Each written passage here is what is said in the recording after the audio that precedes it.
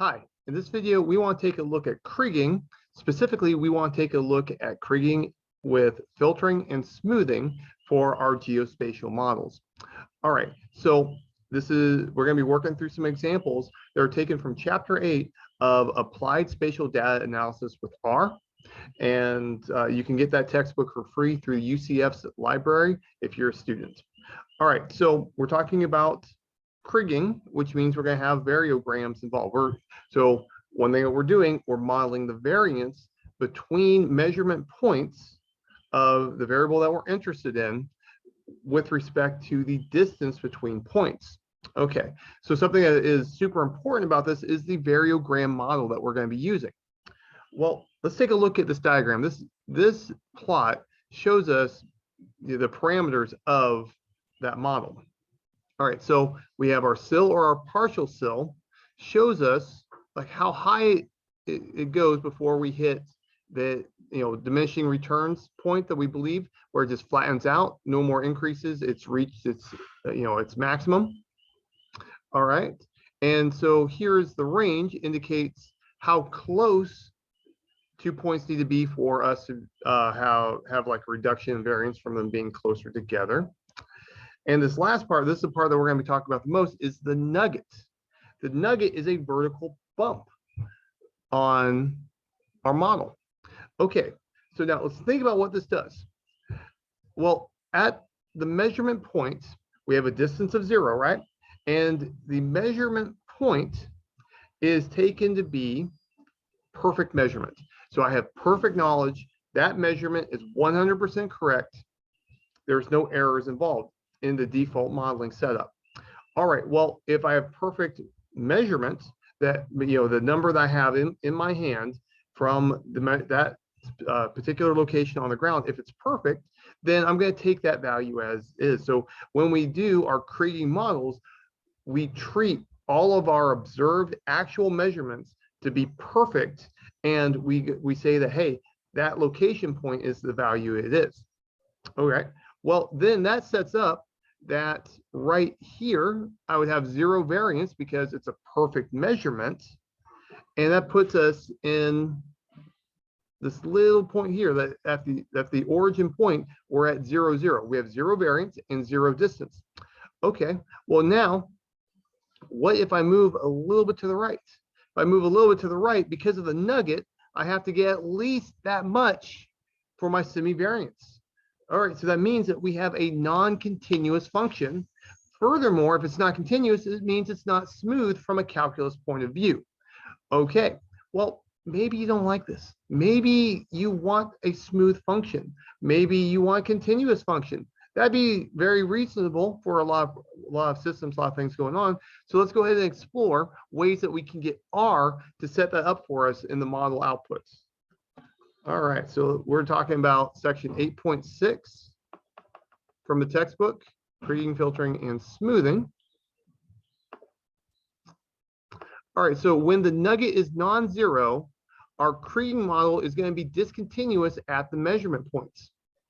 All right, well, if our measurements are perfect, that means that it's not, then it's a given value, it has 0 variance. And so measured values have 0 prediction error variance under this model structure. All right, so our model structure assumes that we have no errors in our observed data. All right, so now let's go ahead and let's fit an ordinary Kriging model, and let's just take a look at what we get. So I'm going to do a variogram, just like I've done before, log of zinc, depending on just the intercept, no covariates. Here are the locations. Now what I'm going to do is I'm going to fit the variogram,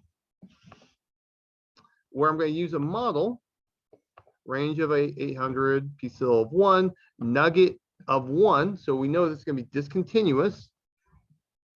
All right, let's take a look at what we get. All right, so my fit variogram for the log of zinc with the intercept. Here is the model, the p-sill, and the range. All right, so I've got the nugget portion, and then I get the spherical portion kicking off. And so I know that at 0, I have the point. And then once I move a little bit to the right, it jumps up because of the nuggets. All right.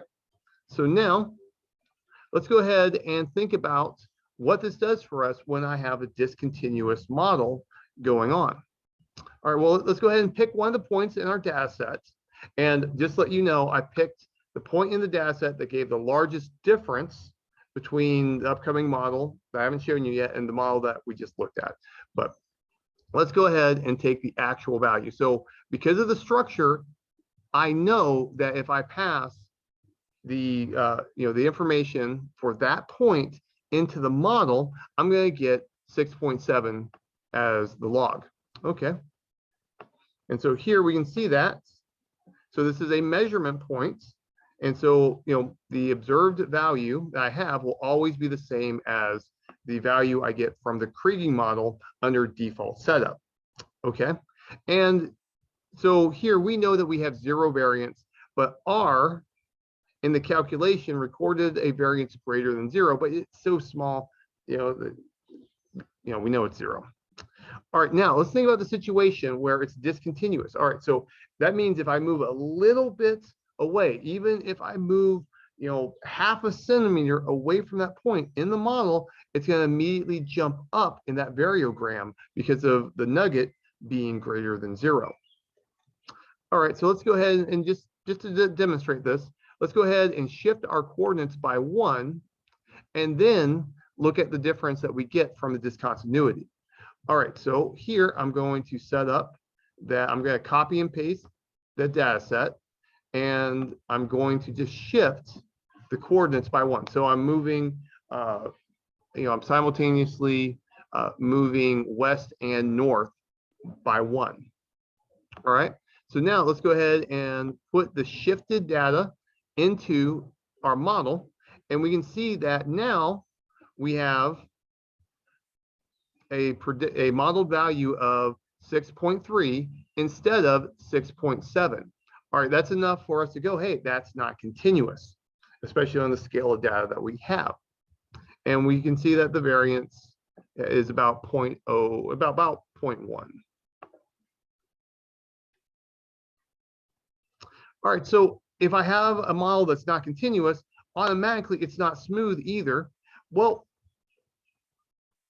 if I have the situation, let's say that I have a bunch of dense points over a region and I want to be doing this modeling. Well, if I have let's say a grid of points and I have a lot of points, they're very packed into there. When I look at my model, I can see the discontinuity will be manifesting more because I have more points and they're closer together. So there's something to be mindful of if we're doing our modeling in such a situation. Now let's talk about an alternative approach to this. Let's go ahead and assume that our measurements are the sum of a smooth process plus measurement error. Okay. So instead of modeling the observed value, I'm going to try to model model the smooth portion. All right, now, if I go back and look at the formulation of the model, so a major thing that's going to change is that little v in the formula from a previous video, this is going to change from the covariance between the measured value at my location and the value at the prediction site. Instead of having that, we're going to go with it's going to be the covariance between our measurements and the smooth value at the location of interest. So before I did this error term add-on, this would have been a z for the variable of interest. All right, so if I want to do this, all I have to do is replace the nugget parameter with an error parameter. And this error parameter is going to be the variance of the error term. Okay.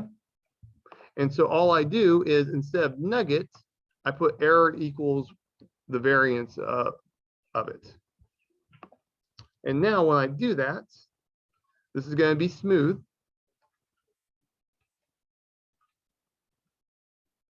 And here I get 6.3.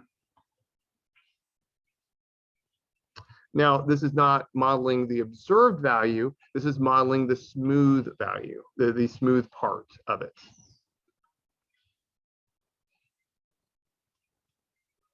All right, so now something that we can do, if I incorporate this, I can still include a nugget. And so by having an error term and a nugget on there, I can go ahead and try to find the best balance by adding the additional parameter. So additional parameter increases model complexity, but if it helps, overall, if it's worth it, for the increase in complexity is worth it for model performance, it's a good idea. So this gives me the opportunity that I don't have to just go nugget or error. I can find a compromise in between.